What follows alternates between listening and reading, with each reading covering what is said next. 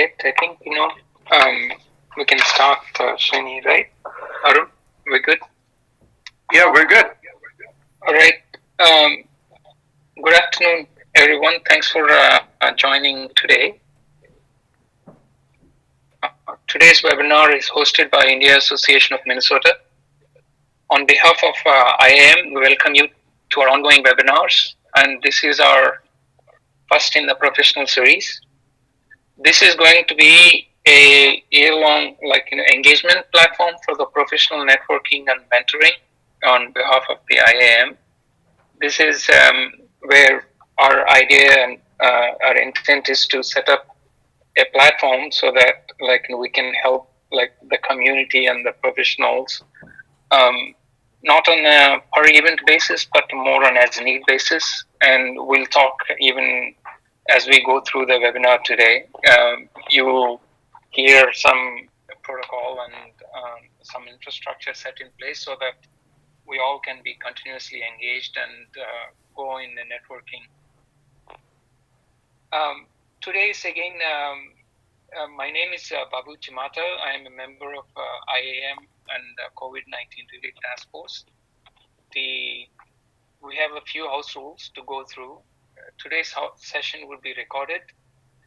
The format of the webinar will be a presentation followed by, we'll have ample time for questions and answers. We're expecting this session to be very interactive and informal. To start with, all the audience would be placed on mute. During the question and answer session, you can ask a question by raising your hand. And also, as an alternative, you can put your question in the chat window. If you raise a hand, we'll unmute you and you can ask the question. And if our moderator today is Shri Kamojula, we'll answer the questions based on the order, and also we'll group them to a relative and reasonable questions together. Now, before we start, I'd like to introduce our speaker today. Our speaker is Arun Batchu. Arun is a research analyst and director at Gartner. He specializes in AI-driven open source and cloud-native application design and development across the software development lifecycle. Arun worked around Twin Cities for the last 2 decades, at Best Buy as a director of digital platform, at Optum as the vice president of emerging technologies.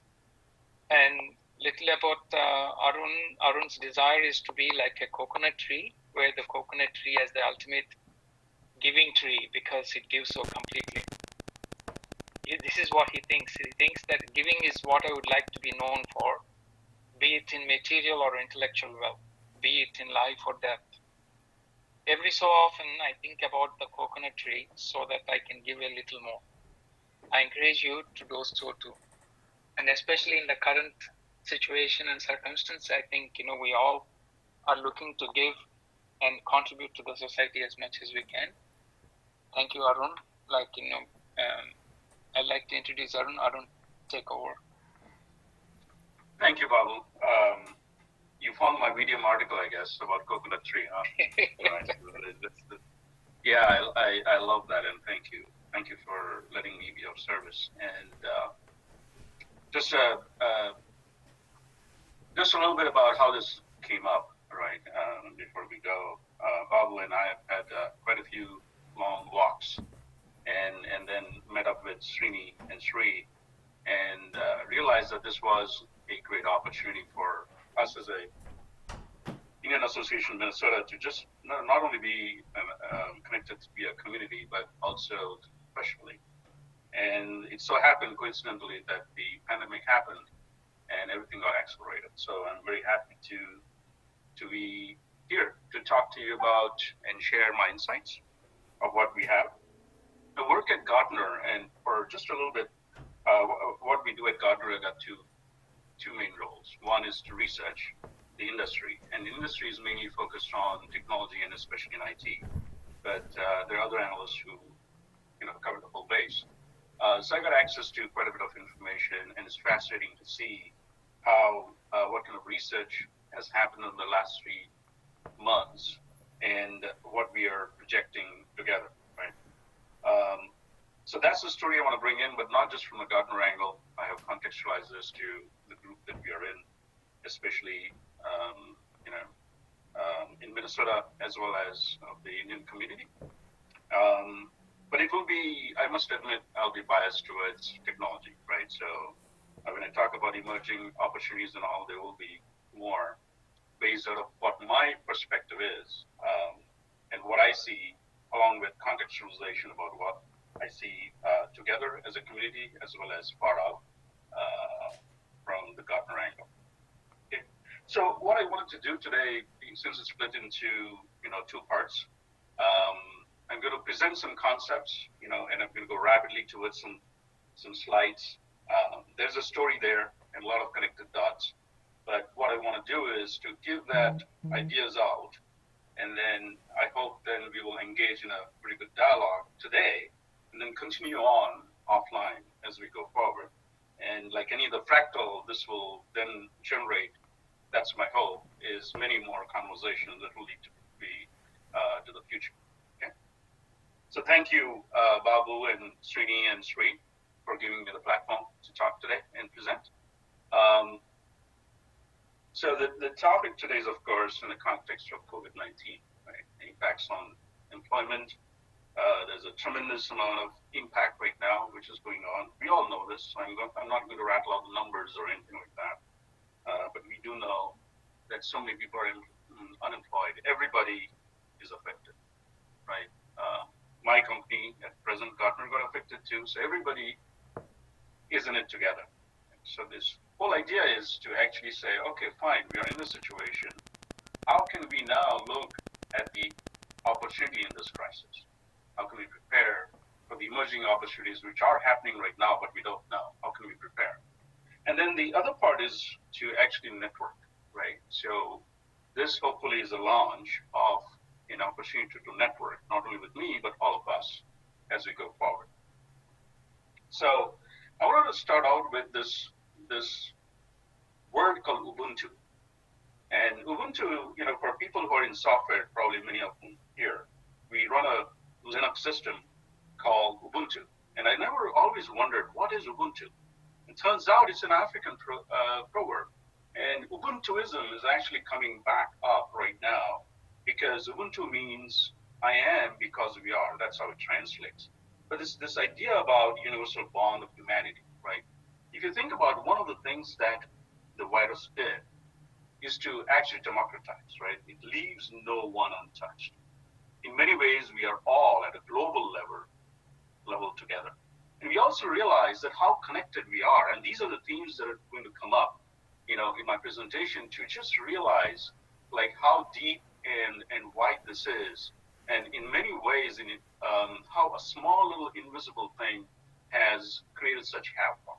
Okay. I also want to invoke Winston Churchill. It so happened that recently we went to Hawaii and we visited Oahu Island and went to Pearl Harbor. So I was very immersed in World War II and what happened. And here I am coming back, and the very next week, the whole world explodes, right? But Winston Churchill made a very interesting comment, right? Which is never let a good crisis go to waste. And I want you to remember that. And when you think about your own circle, think about that, right? We are in a crisis, but we cannot get it go waste. Another great quote from Winston Churchill, right, is about the pessimism and optimism, right? Everybody sees difficulty in every opportunity, right? We crib about small things. But when you have a great difficulty, can you actually see the opportunity in it? And this is the main theme that I want to drive towards as we go through the presentation, right? Thinking about the opportunity in crisis.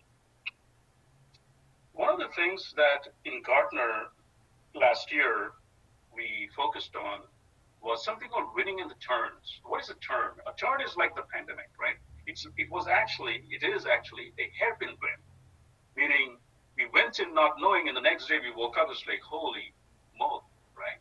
It's a turn, but it's really like a like a slingshot. And we never, ever expected that. But here's an interesting graphic if you go back. It's basically like anytime there's a crisis, there is a loss in performance, but then the leaders actually break out during the crisis. So the future leaders, 5-10 years from now, are being formed and forged in this crisis right now. And so my appeal is to let us individually as well as a team think about this as leaders we break out, right? And this has been proven over and over, and it will be true this term also. The other one is I want to share is these 4 phases of how to lead in crisis, okay, which we put together, which Gartner's put together. It's basically the phase 1, right? We react and respond, and the performance goes down. We probably are in phase 2 as a community, and then we're going to rebound, right? So some companies are already going to rebound. We're also thinking about opening up the economy, right, as a whole. And then in future, there will be opportunities that will be accelerated. And that's the curve, is to have that. At an individual level, we have to have the same framework in mind, right? First, we react and respond. We redirect to new realities, the new normal. And then we say, look, I want to rebound to future, so we start off working on our skills, and then we, of course, accelerate the new opportunities that will come by, which is a phase 4. Okay. Now, one of the concepts that is very, very important is complex networks, right? So this picture is actually of the internet of the web. So basically, it's a web. That means things are very, very, very well connected. Extremely connected, and we realize that as human beings we have become so connected that the very thing which allowed us to have global trade has begun to hurt us, because the information as well as the particles, let's call the virus a particle, moved at an accelerated pace, right? We have the transportation networks and we move, and that's the idea is going to be very, very key, right? So the next future is going to actually depend upon people who understand these complex networks. The other idea is called the small world networks, meaning we are closer to each other like never before. And that is why we are at a crisis. And there's a theory called small world networks. If you look at this picture right now, right, you might actually think about this as the epicenter of the problem. Maybe in the center is New York or Washington State in the United States, right? And on the edges, there might be some other. And then very in the far end, there might be Minnesota. And all those connections are how people travel and how, as hosts of that virus, we also travel, right? And this is how the topology of every complex system works. When you have a population, this is the topology, and everybody will have to understand what the small world networks are. And that's the science part. Then we get to the engineering. One of the things that is so interesting about this epidemic and pandemic is that how quickly things escalated, right? Within weeks, the world isn't a pandemic. It was just weeks. United States, we never thought. We were looking at China and we said, oh, this is not going to affect us. Boom. Right? So it's a scale which is different in this world. So, it's the velocity. Everything is so high, and that is very interesting. And there's a book here by Jeffrey West, which I always admired, and I actually had the opportunity to go back and say, oh my gosh, this is so relevant right now. So I would encourage you to read that if you can. The other thing is velocity, just the speed. In today's world, everything is accelerated, right? So we have to think about velocity as a capability, right?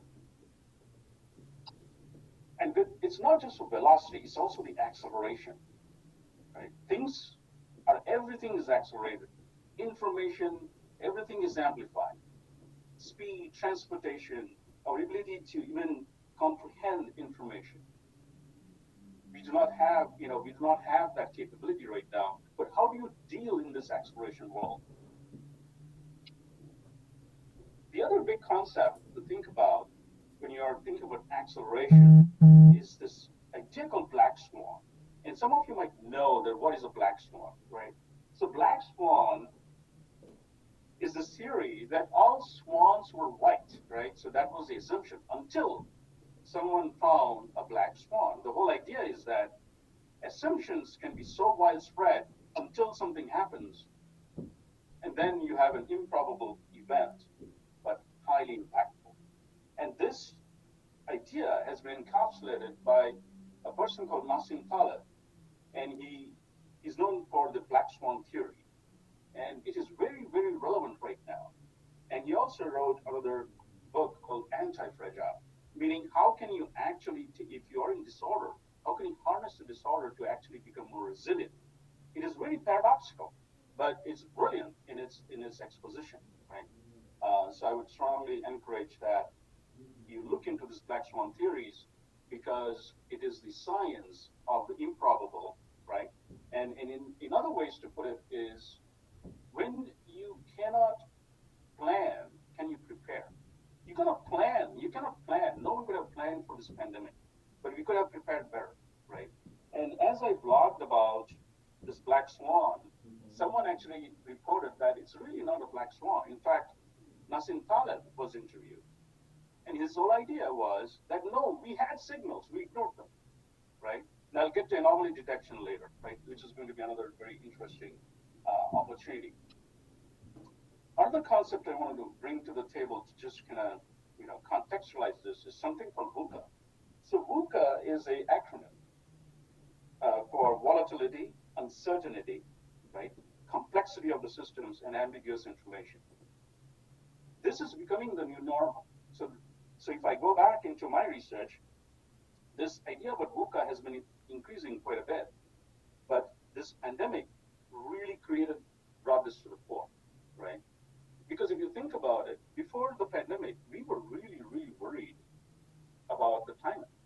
And suddenly we have forgotten about the climate because we have an immediate problem, which is great.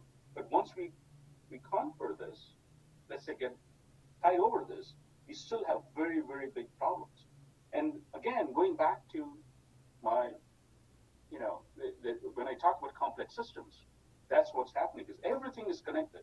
So when you think about a butterfly, this whole idea about how could a butterfly create a tornado or tsunami is because the whole world is connected, right?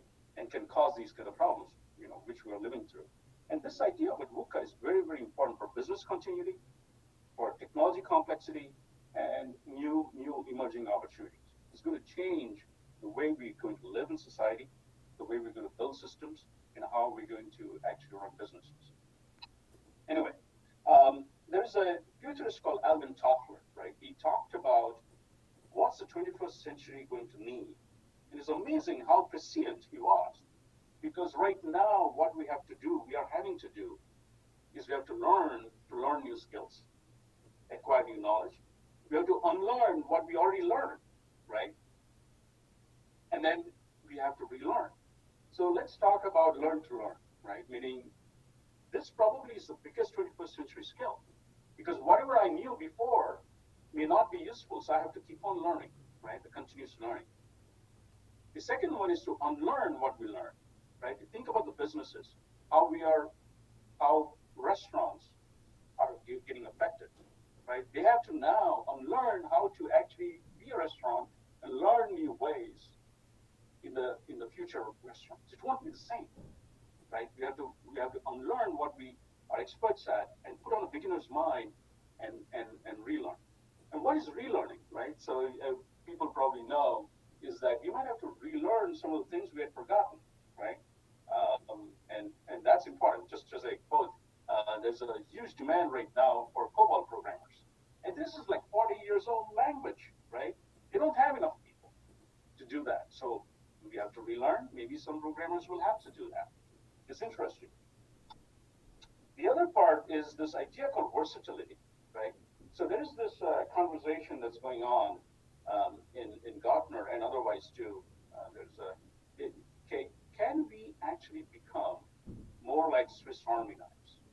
Can we actually become T-shaped individuals where we have a broad understanding, right, of the world, but we specialize and specialize over time and can we turn, right? Can we be agile? Can we be those people who can transform into whatever tool that needs to be? I think that we need to, right? So that's the whole idea about learn to learn and unlearn. We become very versatile. Our systems must also have to be versatile. The other thing is, okay, we have to learn so fast and keep on learning. What are some theories out there that you can actually learn, right? This idea called deliberate practice is coming up quite a bit. And these are two books that I feel that these are very, very good to kind of set you up, right? So my goal right now in this presentation is going to kind of contextualize, right? And then also like the situation, the challenges, and then what new mental skills we might need to actually succeed, right? So we'll have to learn. And this idea about deliberate practice is actually very interesting.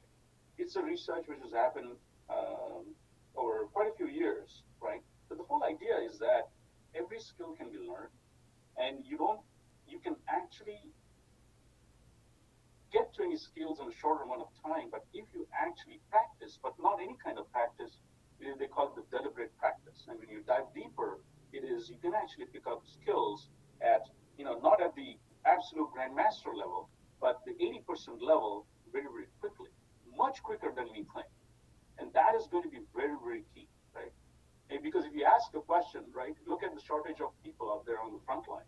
What if, just imagining, what if we had learned to learn so quickly that we could actually, learn new skills so we can be on the front lines? Many of us are sitting here and it's like, oh, how can I help? But because we do not have the skills. But what if we actually figured out a way to learn new skills in very few hours, days, or weeks? Wouldn't that be wonderful, right? And so there's a lot of theories around that. But anyway, the other one I'd like to bring up is this idea called about data, information, knowledge, and wisdom. This is called the DIKW pyramid. Okay? And this is another theme, big theme, is that the new opportunities are going to belong to those companies, those individuals who are able to master this pyramid. Acquisition of data, process that into information, collect them and organize them into knowledge, and then have actionable insights you can actually act, right? So this idea from going from no, I can't do it, to what do I know or what can I know to do something is what I call the know to know. Okay? And it is based on this DIKW pyramid, which is pretty interesting. And if you want to dig in, there's a lot of references there on Wikipedia and Google. Anyway, future is going to belong to digital, right? If you think about it, what has survived right now? Who is hiring? Anybody who is able to continue business using digital technologies is not only surviving, but thriving, right? So if you think about Target has a grocery store. That's probably the highest revenue generating thing right now. Last year, they also bought Shipt. And Shipt is suddenly, what was an outlier has become key, right? And that almost all that information is being processed digitally, but serving physically, right? This synergy between physical and digital, physical supply chain, digital supply chain is going to be very, very important. But what is digital, right? Digital, as one component of digital, is data. Again, going back to the DIKW, we have to master the skills about data. We need to think about data literacy. We need to think about data analytics. We need to think about artificial intelligence, which is machine learning on top of data. We should think about anomaly detection. We should think about prediction, right? And then continuous feedback. But data by itself is not useful in itself. You need software to manipulate the data. So software plus data together is going to be this digital future. Okay? So why is so there's this beautiful article. This was by Mark Henderson, very well-known entrepreneur right now, the inventor of Mozilla browser, which eventually became Chrome and Firefox. Okay? So why software is eating the world? And this was penned in Wall Street Journal in 2011. In 2011, he predicted that software is suddenly going to start eating the world, okay? Because he saw that as a fundamental general purpose technology is going to change. And it continues to do so. The other one we are seeing, and I'm especially researching, is this idea about rapid application development, right? So you think about telehealth, think about crisis management, apps that had to be put together. Think about the WhatsApp chat app, which we all are using right now to see what are the COVID cases in India as well as in Australia as well as over here, right? That was developed in a matter of days. And similar stories I'm seeing all over the place, right? Microsoft has published many times, ServiceNow, all these big Salesforce, right? All these companies have produced software we can actually rapidly develop. And here's the other thing. Most of these apps were not developed by developers. They were developed by citizens, meaning people who were subject matter experts, right? So this is something we have been researching. I have been researching in Gartner, and I'm amazed at how useful these are. This is actually changes the nature about app development. So anybody who's listening in should learn these technology sets about rapid application development. And offline, I can point anybody who's interested to say, what are these set of platforms that are emerging right now, which have this potential? The other one is cybersecurity. I mean, we all know we are using Zoom, right? So Zoom recently hired security experts because they got dinged because of all the security holes that were happening, right? Well, the joke we have in software, right, at scale is that scale can be both a blessing and a curse. Curse is that it will amplify all the mistakes you have done, right? And Zoom generates these URL patterns, which are actually, guessable. So once you know the pattern, you can actually write a program to tumble through those, and then you can actually do what is called Zoom bombing, and they become very much smarter, right? All of us, and those will be conquered, no problem. But that's the idea about cybersecurity, right? All these rapid applications were developed, but certainly we have probably exposed thousands of holes. So cybersecurity is emerging as the next wave, where now we need to protect all this digitization that's happening, with all this remote happening, right? So that's a very important and emerging space. And even before the pandemic, there were not enough cybersecurity. The ratio I heard of the jobs available to what the number of cybersecurity professionals in any company or organization was 1:100. So if someone is looking for opportunities, this is a great opportunity right now. The other one opportunity is to actually do anomaly detection.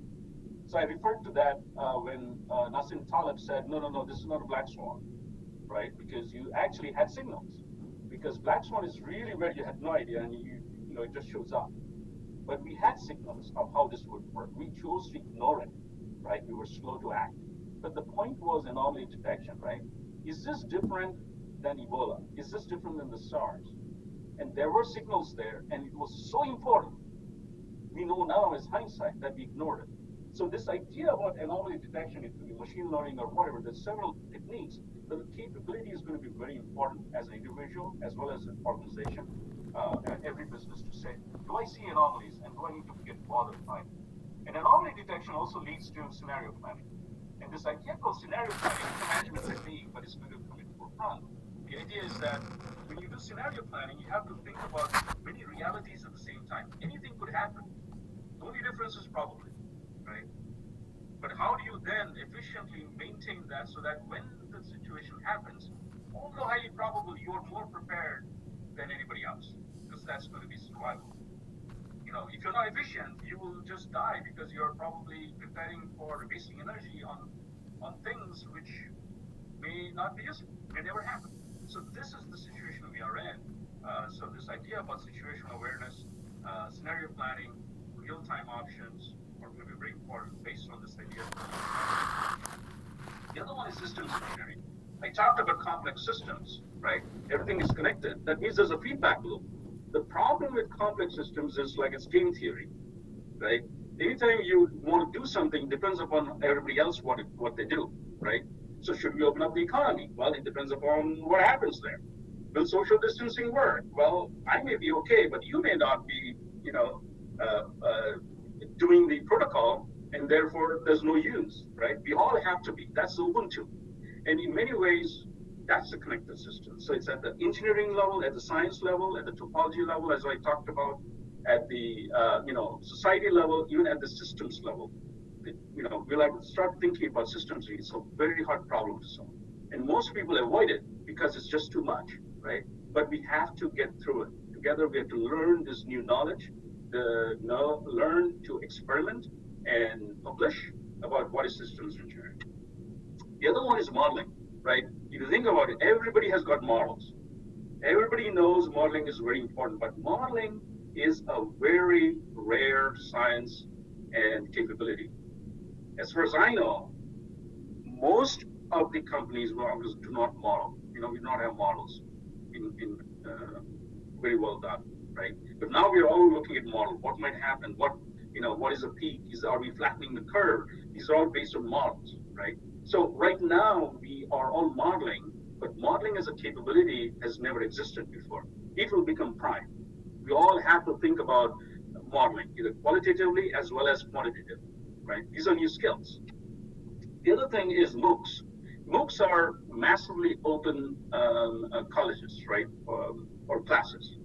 And this has become, which is distance learning, right? It already existed, but it's got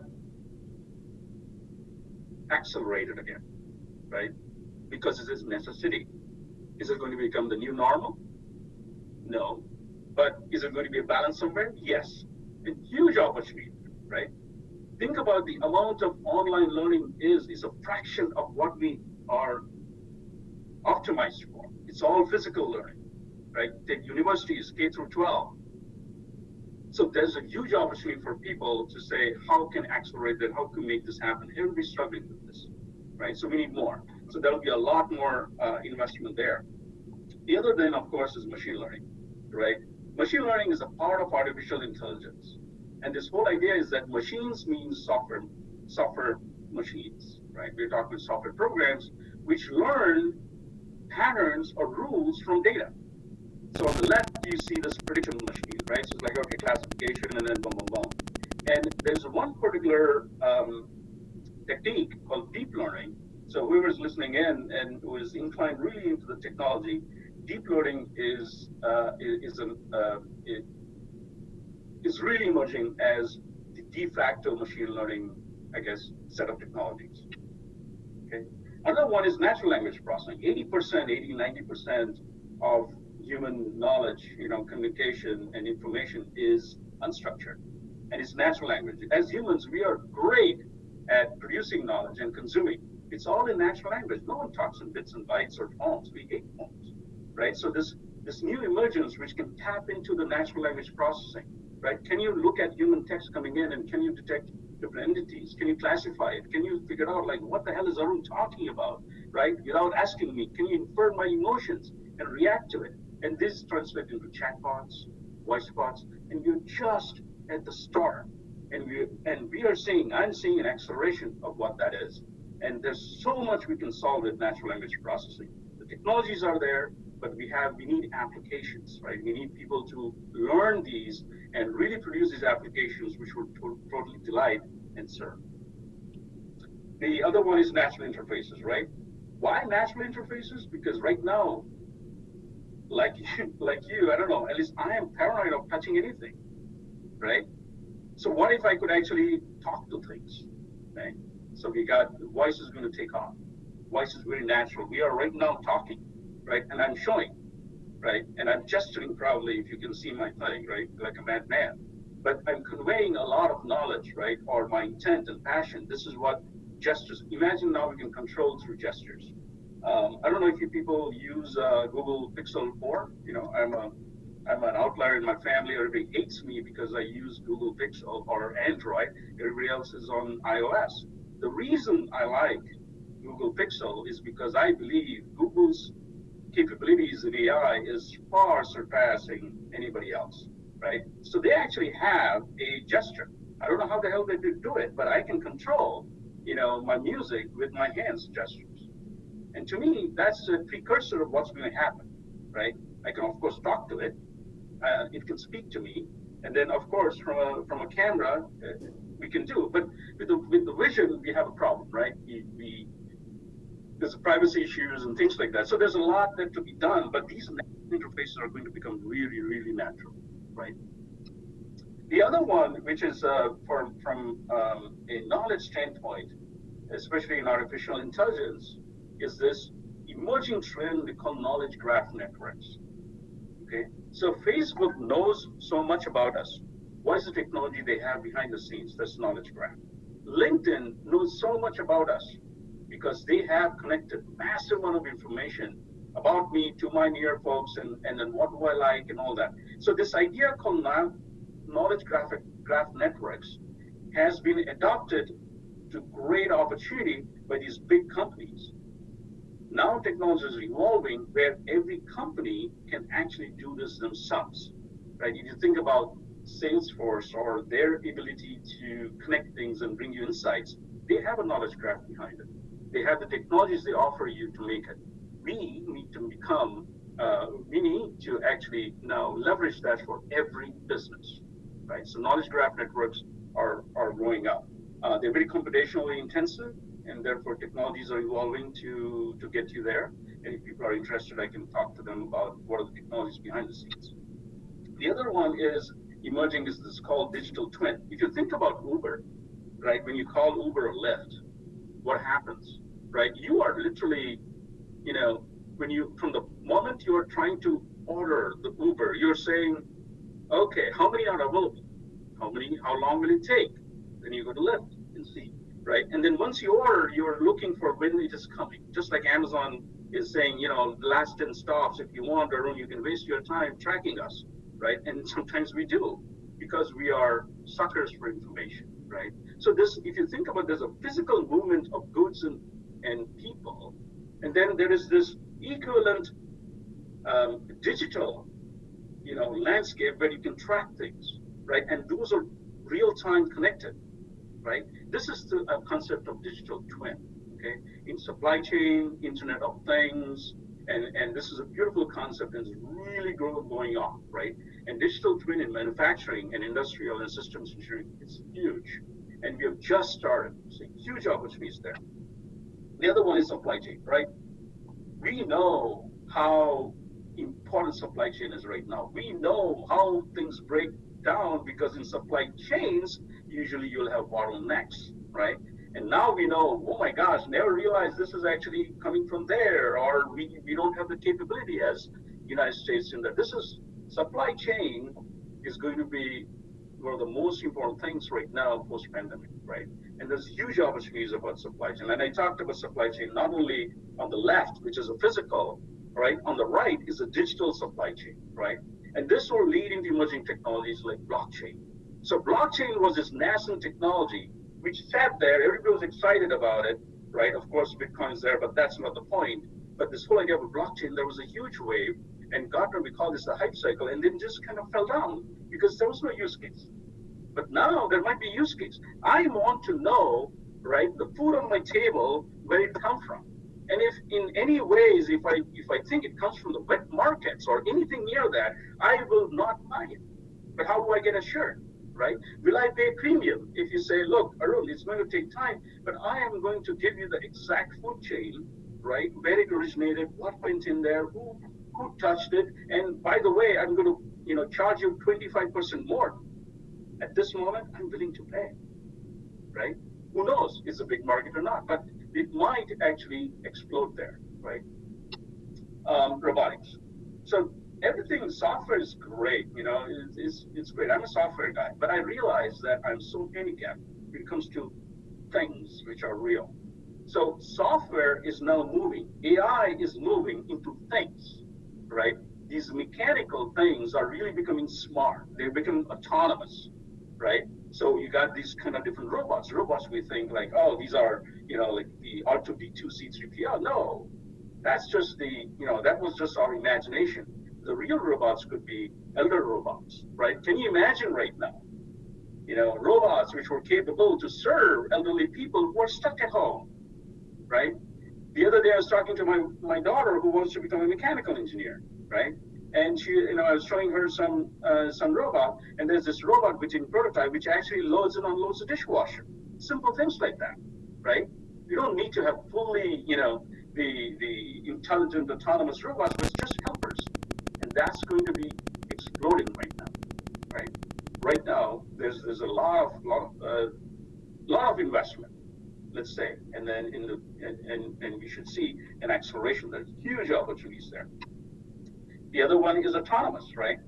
Everybody is thinking about drones right now, right? Why can't we have a drone come and drop off? Wouldn't that be nice?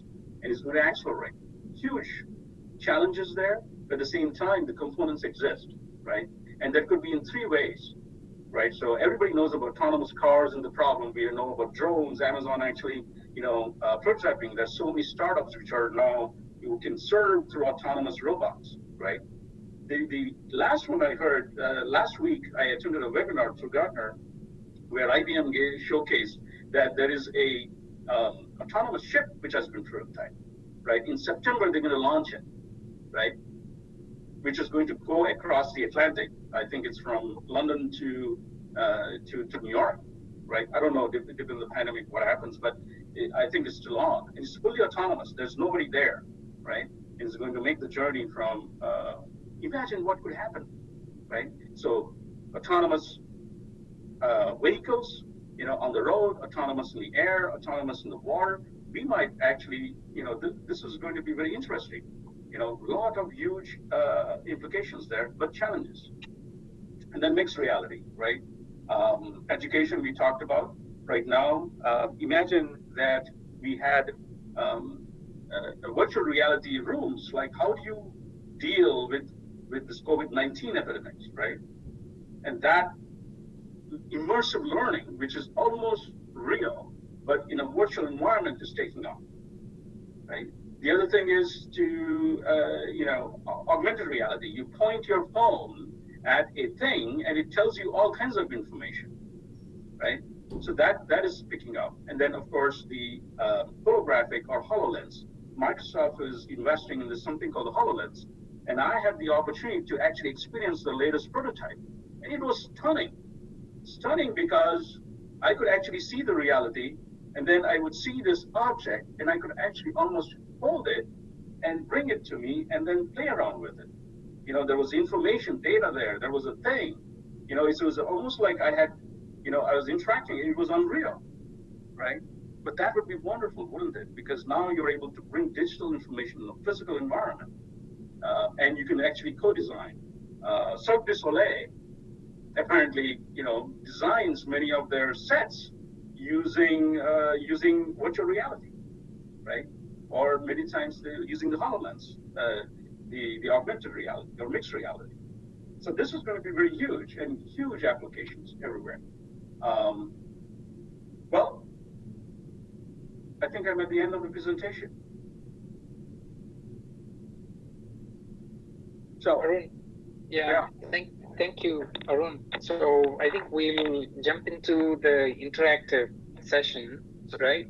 So before we get there, so I think we expect that, this is where we encourage, the audience and participants, to unpack the information that you shared with us right now so far. What we have is, just a couple minutes to brief, the members here about a couple of initiatives that we all as citizens have. We have to participate in our own civic duties and community service. I'll actually ask Srini, he's the president of India Association of Minnesota, to walk through the census and the efforts that are going on for COVID relief efforts. And then we'll get into the interactive session, and feel free to post your questions or raise your hand, and we can start unpacking and delve deep into the questions and some of the information that Arun shared. Srini, thanks, Srini. Over to you. Excellent. Are you guys able to see my screen? Yeah. We see Arun's Thanks, LinkedIn. Babu. We see Arun's LinkedIn screen. Yeah, understood. Yeah, so that's my screen. Yep. So Arun, thanks for a very engaging session. Before we get into some of the IAM initiatives, we want to do a quick poll. So bear with me here while I try to bring up the poll. So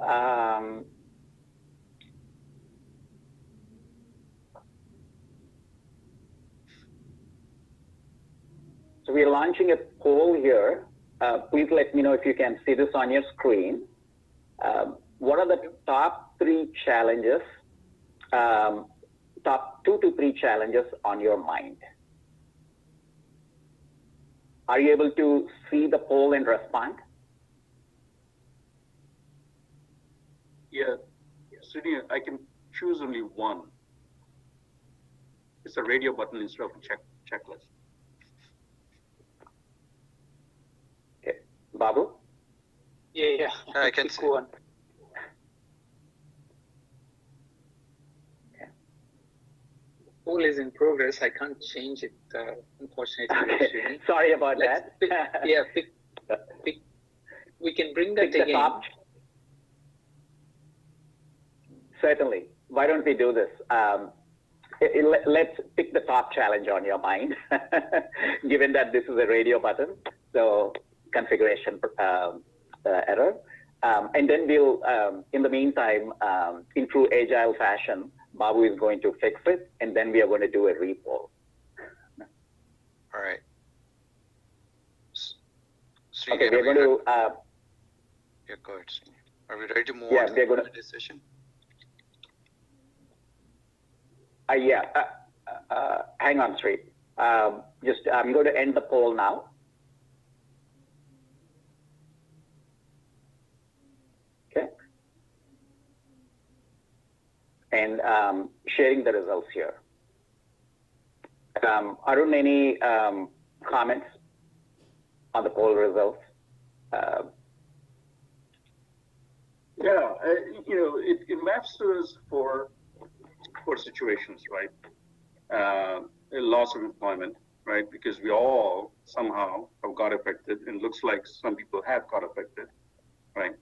And I think the next way would be to like deconstruct some of the things that I presented, like where the opportunities are, right? Who is hiring, and then to rejigger what are the skills that right now are transferable, and which you can deploy, and then network who is hiring and those kind of things. The other one is basically what are the skills you can rapidly learn and where are they available to get to the new employers or employment situations. The other one is unclear skills to be prepared for the future, right? Which is the phase 2. Now that we are here, what do I need to do next? I think that's what emerges at me. And then what I am not sure, which we should parse into, is economic difficulty to prepare for employment, right? So what are the challenges? We should try to ask and say what might be stopping you. Got it. Thank you.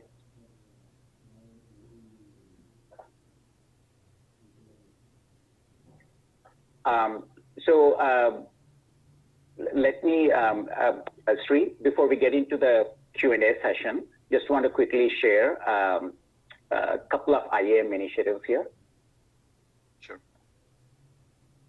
Okay, so, there's also a poll here, interactive poll here. So Census 2020, most of you are aware of the fact that there's a massive exercise underway as mandated by our constitution, census. It's conducted once every 10 years. And census is an extremely important initiative, particularly in these times. Census counts, obviously everyone in the US needs to be counted, and census counts drive political representation, funding, much needed funding for infrastructure, including public health infrastructure, which is extremely important during pandemics like what's in play right now. And more importantly, for this audience, census counts are used by businesses to start new factories, start new employment offices, so on and so forth. So we urge the entire community to make sure to take census. And we, IAM, along with many partners, have established a network, complete count committee, to make sure everyone is counted. So we're going to ask everyone to take a quick poll here. This is the census poll, and I'm going to launch a question. And the question is, did you take census 2020? That yes, no, received the letter but haven't. No, did not receive any letter. If folks can quickly respond, that'll be awesome. I know we are running a little short of time here, so we'll just accelerate through this. 34 of 54, 64% voted. Few more seconds here. Please vote. Excellent. I'm going to end the voting here, end the polling here, and I'm going to share the results just very quickly. Happy to note that 89% have taken the census. Awesome. So for those who haven't received a letter or received a letter but haven't had the time to complete the census, we urge everyone who hasn't completed to go to 2020census.gov, and it takes only 5 to 8 minutes to complete the census information. So please go there. You don't need any additional information. You can punch in your residential address and get started and complete submission of information within 5 minutes. Very simple exercise. Okay. Want to take a couple more minutes to quickly talk about IAM Coalition COVID-19 relief effort. So we, about 4 to 5 weeks ago, when the whole COVID-19 crisis started, IAM, with the help of a few community leaders, jumped into action, organized resources, and pulled together leaders from our various partner orgs, community members, volunteer groups, and others, and jump-started a COVID-19 relief effort. If you think about it, IAM platform is very relevant, especially during a time like this, where we can leverage our broad platform and also bring together the leadership across partner organizations to enable collective pooling of resources and rapid dissemination of information, not unlike what we are doing here with this webinar. So what we've done is established a centralized intake and triage process with a helpline, and also kicked off various work groups. You can see here there are about 7 to 8 work groups, including an employment and visa work group. And these work groups are seeded with very passionate volunteers from all across the community, from all our partner organizations. And they have been doing amazingly impactful work. You can see PPE supply, food, the fundraising committee, logistics, well-being, employment and visa, accommodation, and animal shelter. And 200 plus volunteers are involved. So want to make everyone aware of this relief effort. And there's a helpline, like I mentioned. Please spread the word. Anyone who needs any help can send an email or call this number.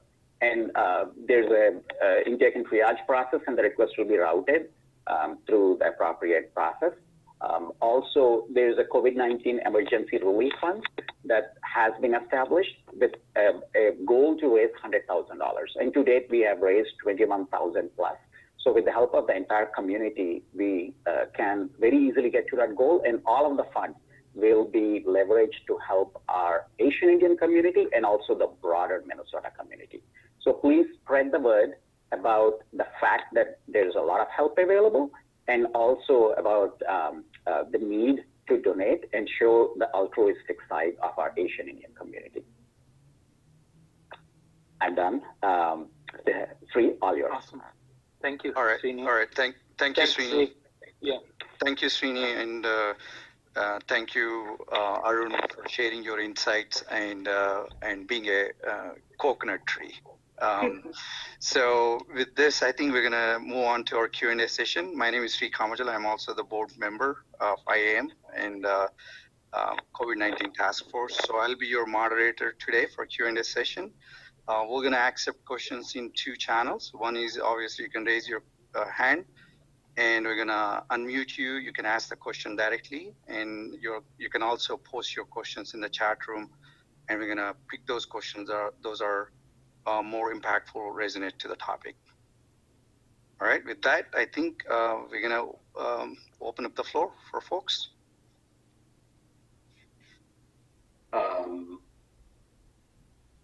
We don't explore who we already know, or we don't explore who we think our inner circle would know about an opportunity, right? So the top three, I think, practices would be to first think about who in your circle people have shifted and might be closer to the opportunity. Right? The second one is to really understand what your value proposition is. Right? Many times we have not taken the time to understand what we are about, what our strengths are. Have you looked at the recommendations that people are given?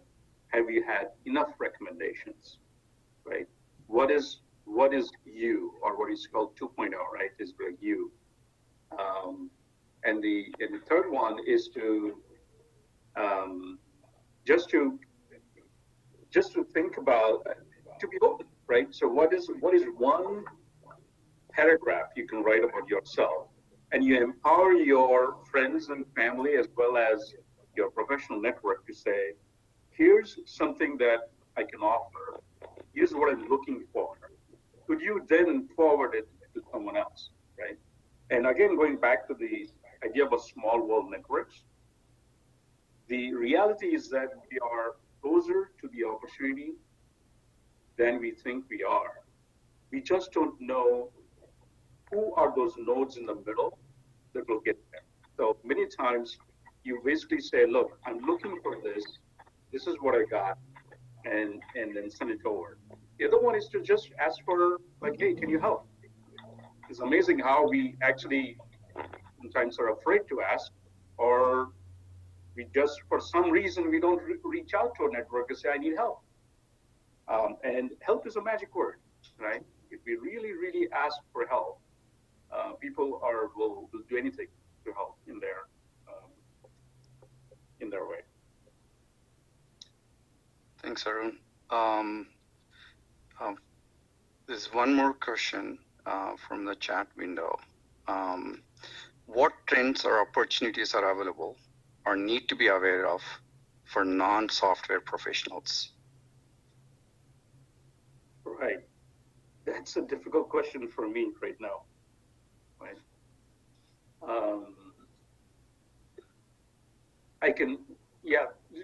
To be honest, I don't know what non-software professionals what the opportunities there are, right? But I can tell you that since software is everywhere, people are looking for folks who can help with automation, right? I know so many mechanical engineering folks are struggling for digital automation, right? Or to just get things more digital. So that is a incomplete answer from me. Babu or Sri, you guys have any ideas about non-software? No, not really. But I think, with I'll echo with what you shared. Software is everywhere. I think what I look at is like, one of the slides you shared about it is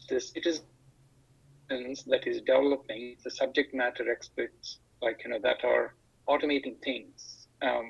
Meaning it's not really a software world as much, right? It's the even the non-software, the tools are there, so many that the people are using the tools and making applications or when I say applications, it's not the software applications, but automating their applications or their work. Right. But I would think that is something to watch for, and the trends would be shifting more like towards that. And I see Hitesh actually is on the call too. Like, it's actually open. I think people can chime in as well. Yeah, there's a question in the chat room from Dr. Akuri. I think this is probably Srini for us, or even Arun can chime in. Any interest to start local or digital chapter for like-minded people, especially post-pandemic?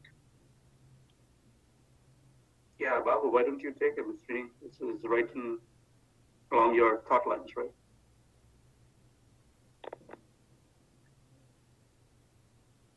Yeah, certainly.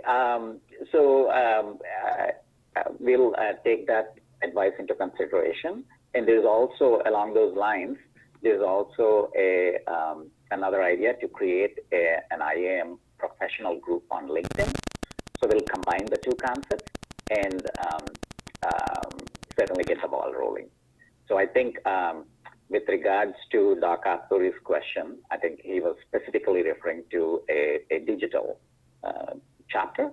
So yeah, we'll go and take this back and certainly get the ball rolling there. Okay. All right. Thanks, Srini. There's another question from Girish J. Considering every field is getting broader with many specialized niche areas, what are your thoughts on career for folks who are entering the workforce, as well as those who are in the past their midlife? The list of areas you mentioned require at least few years of training experience, if not a professional degree or credentials. Do we need to get back to school every few years, or how do we adapt to learn, unlearn, and relearn cycle? Yeah, that's a great question. Right? On the face of it, it feels like you need to get degrees, but I believe that that's getting broken down, right? I mean, in the workplace, what's happening is employers are giving more weightage to practical experience than theoretical, right? When it comes to skills. Let's say you were an artist or even a chef, and these are real world examples, right? They've gone through coding school, right? And got an entry level web development jobs. Because these coding schools basically gives you literally the skills that you go through within a few weeks, right? So when you asked about few degrees, that's not the case. The other thing is also, there's so many data scientists out there who just picked up, and dude, the number of data scientists in India right now is amazing. And these people have no formal knowledge. And how did they get there? Because of the massive classes. Many of the massive, these MOOCs are they called, right? I touched upon in my presentation. They're opening up free learning. You can actually take these classes and then do. It depends upon the passion, right? So what I would like to emphasize is that break that assumption that it takes so many years to get there. Because the paucity of talent in some of the areas is so acute that if you even show that you can be effective, people will give you a chance, right? Because there's no other talent. So there's a whole degree of where if you want to, let's say, work in the AI lab in Google, yes, it will take a PhD. And if you have a PhD there, they'll probably pay you $500,000, right? But the very, very few, the handful. But do we really need that? No. And this is where, remember the rapid application development? So in the WhatsApp group that we have at IAM, if you join, we can start answering those questions. I can give you specific links that you can go and learn. So let's say you want to do AI, right? Machine learning. Right now, there is a technology called auto machine learning. Meaning, if you know what the business problem is, and if you have access to the data, and you actually can move that data in the cloud, you can develop models within a day, right? It's very intuitive. In many ways, you don't need to have software skills to do that, and that's the amazing part. When Babu talked about developing applications, many of the application platforms I can point to is you can develop a mobile application, a real world business application by using logic, which we all are very logical folks, right? And once you have the platform, you can drag and drop, right? And you can write some rules and if the else in flowchart, and it will generate the application. All that mundane stuff that as a programmer you need to know, boom, goes away, right? And you can learn continuously. So yes, we'll have to continuously learn new skills, but it's not in the form of going to a degree school. No one has the patience. Business doesn't care.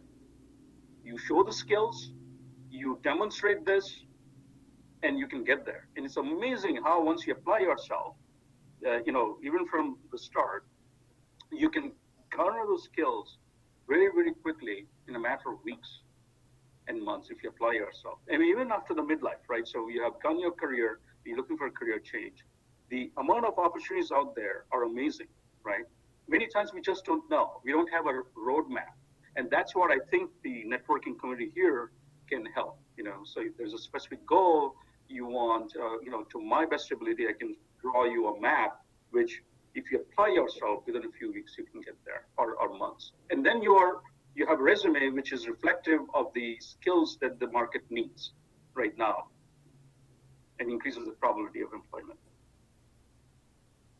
Thanks, Arun. On the similar note, I don't think this is a question, but I think suggestion as well as someone complimented you, the mentor-mentee relationship.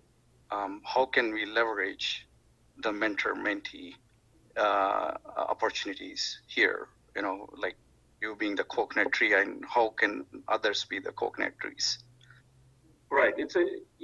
Exactly. I mean, I've got equally so many mentors, right? And then same way.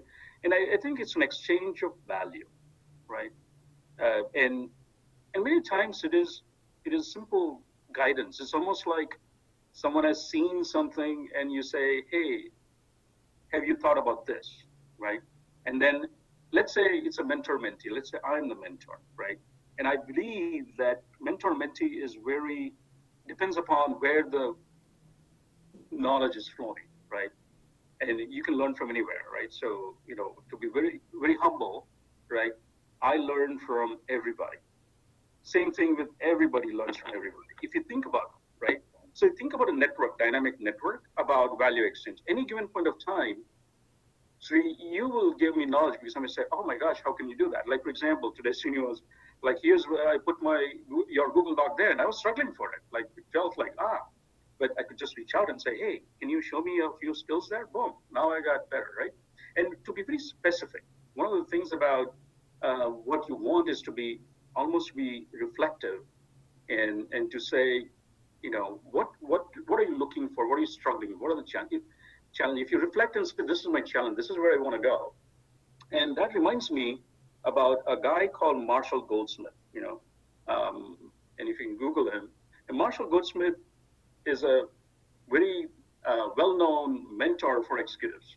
And I had the opportunity at Best Buy when he visited, and we had a group exercise, and it was amazing. And what he said was, instead of 360 feedback, I would like you to think about forward, right? Instead of feedback, feed forward. What is very simple technique, right? And it was a great mentor-mentee relationship lesson. He said, look, what I want you guys to do is to say, think about where you want to go, and you go to any random person and say, I want to become a better X, right? So right now, I want to become a better researcher. What is one thing you would say without knowing anything about me that I should do? And you might say, oh, do this, right? And then I say, thank you. That's exactly it. That's it, right? And if you then break down that whole mentor-mentee into this very micro mentor-mentee relationships, that would be great, right? Sometimes you have a phone call, sometimes you have a LinkedIn message, and boom, out there. And I think that many times we also have to have a community of practice, like this whole WhatsApp group is amazing because what I'm looking for probably already exists, right? And I'm watching conversations, and you suddenly realize that, oh, I can learn, and then I have a specific question, right? So this mentor-mentee is basically, it's a very, in my view, depends upon the flow of knowledge and information, and we should all seek to learn and to give, in small little bits. Very well said, Arun. Seek to learn. Yep. Shri, just a quick pause. The questions, I think there are questions. I just want to talk about the slide there on the screen. Arun referred to, and Shri, you brought up the question too, is we do have few resources. Please consider this as a launchpad, resources that are available. One is we do have a WhatsApp group set up, and you were invited to come and join on on the WhatsApp group. It's shared in the chat window as well. The other one is there is a sign up for the professional network group. You can go and put your email there, and in the next few days, as we start forming groups and interest groups and such, you will be included in the communication. That's the email and sign up. Both the resources would be available on the webinar, iamn.org/webinar. And we're also looking for, one of the things that Srini would be running a quick poll is, I think, going back into the mentor and the mentee relationship is we all can help each other. One person can mentor the other one. To that extent, it's also as a starting point here is for us to understand where we can help each other. If you can put some quick, give a quick poll, and also later, you can send, through the email or through the WhatsApp group, we can start connecting people. The poll is out there.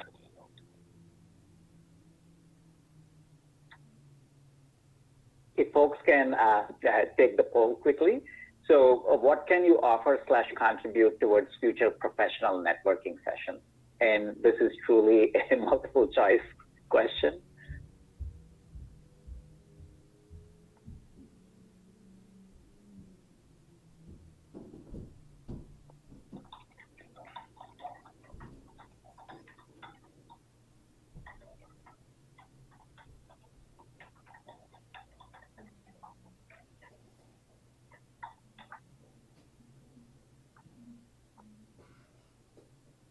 We'll end the poll. 18 of 51, only 37% voted. Come on. I'm sure we can cross 50%.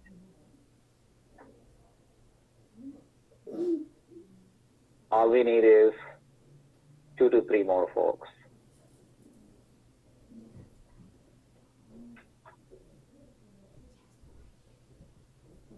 So I think you should see. I think someone is asking, how do I vote? The poll should have been on the screen. Is it not? No, I got it. Yeah, I got it too. Okay, I will end the poll and share the results.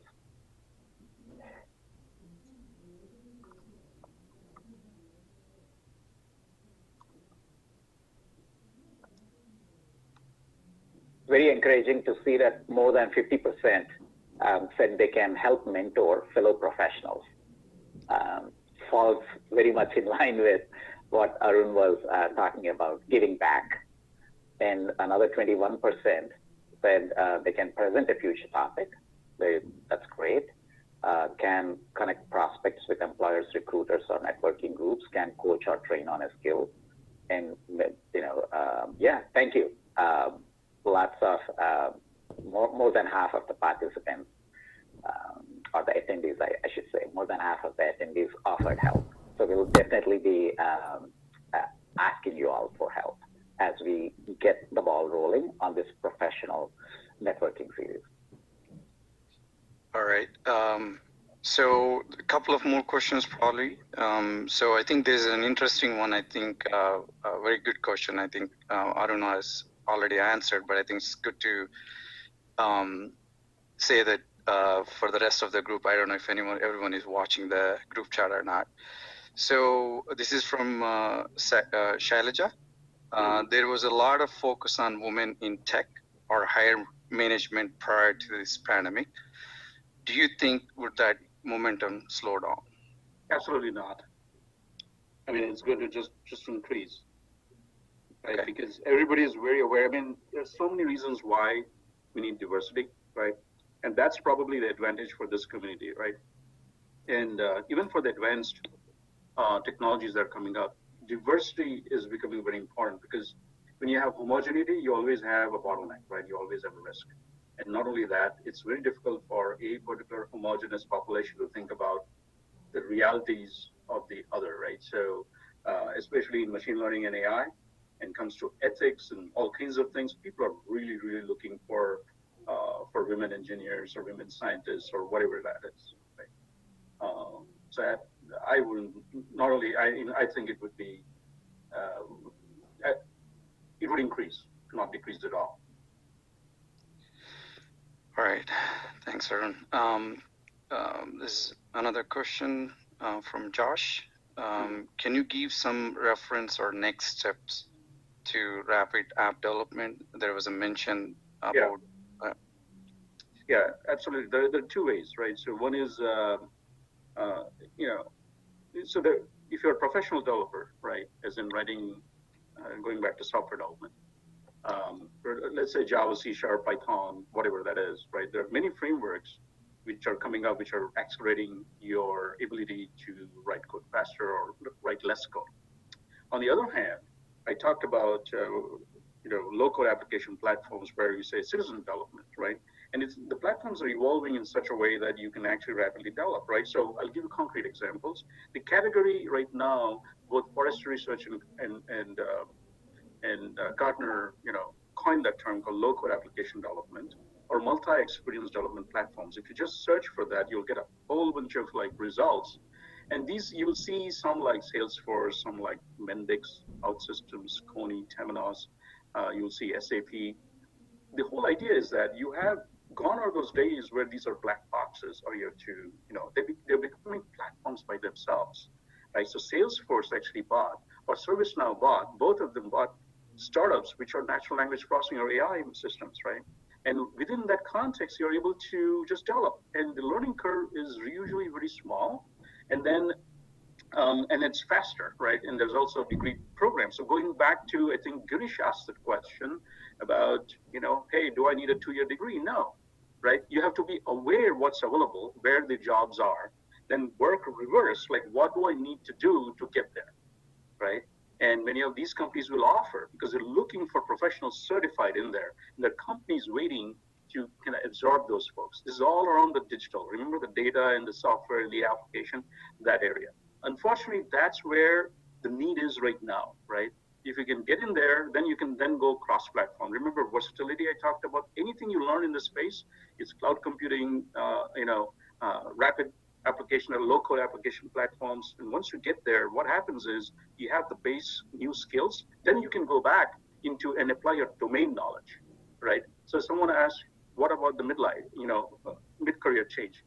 Great, because the experience you have, those are all transferable, right? There's so much data and research out there that experience, is something that goes with you. You can't just forget. And when the right opportunity comes in, you can transfer those abstractions to the new area, but you need to have new skills, right? That's what the industry will pay you for. And that's going to be key, a little bit more effort. This is where the relearning comes in.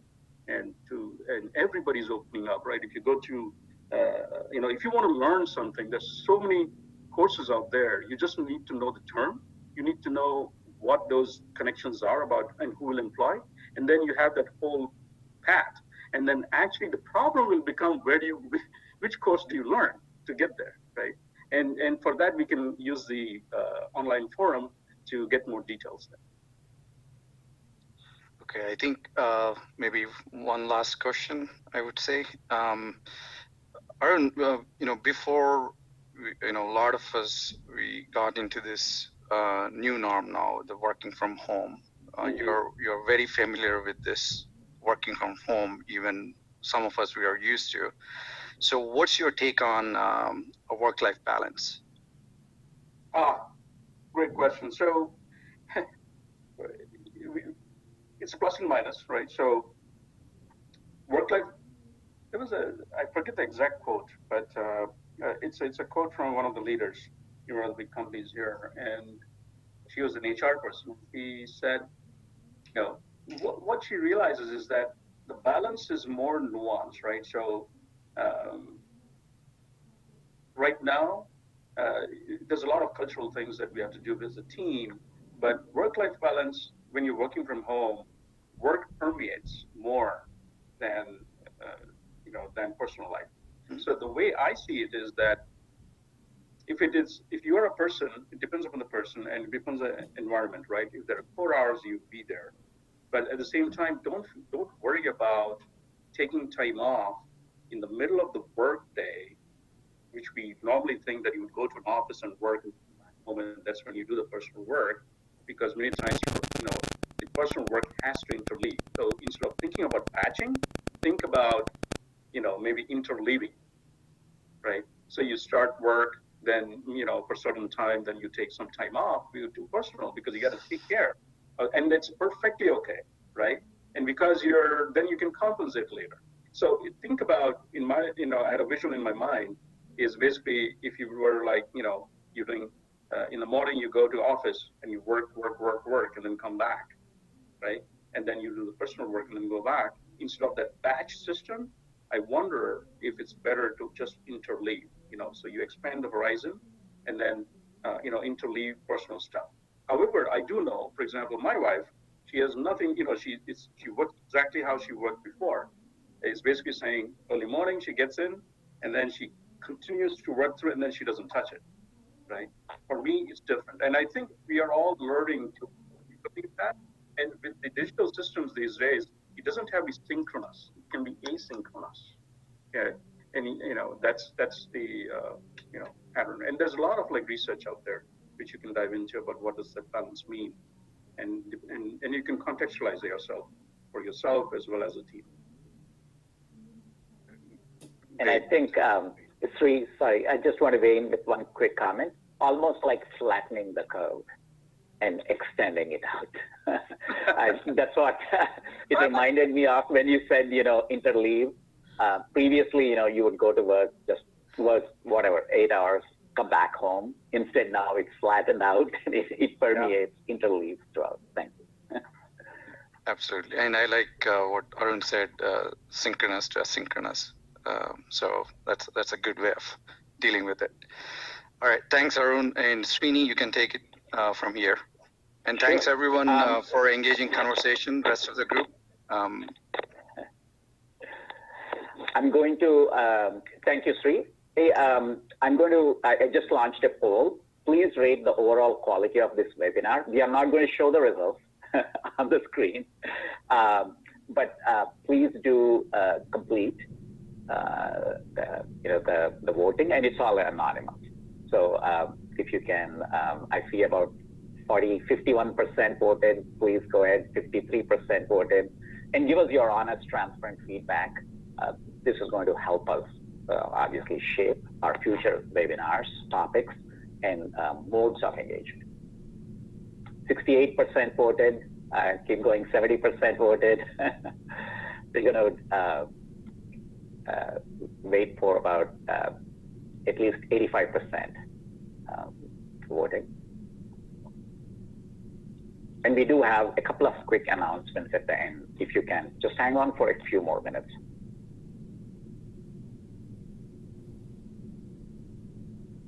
I think we've plateaued, 75% voted. So I'm going to end the poll. Okay, excellent. At this point, I am going to, any other comments from anyone, including Arun, before I go to my closing remarks? Oh, I just wanted to thank you guys. I mean, you guys are doing so very well and establishing the IAM as a platform. I truly think it's a platform of value exchange, and hopefully the community part, the best practices will transfer into the professional parts, because we need to be together, right? Going back to the Ubuntu, I'm here because of you all, and we're all in this together. Yes, thank you very much, Arun Batchu. On behalf of the IAM Coalition and the entire Asian Indian community, you've given us a very insightful and engaging conversation. You know, I personally, like everyone else, wake up in the morning and wonder what life is going to look like in the after Corona AC era, and wonder what I need to do to keep myself relevant. So lots of great tips. Thank you very much. Want to also thank Babu Shimata and Sri Kamojala for the moderation, the overview, and arranging this entire webinar. Thank you to our entire community for taking time out of your schedule to attend, and also focus on self-improvement and career strengthening. Very extremely important given the situation. Thank you to the entire IAM COVID-19 task force. This includes our partner organizations, passionate volunteer groups, and also many community members. Want to remind everyone to continue to donate at iamn.org/donate. Spread the word, help us raise the $100,000, help us provide help to the broader Minnesota community. And last but not the least, stay safe, stay healthy, keep calm, keep learning, keep helping. Thank you very much. Thank you all. I'm going to end the call. Yep. Thanks, man. Bye-bye. Thank you.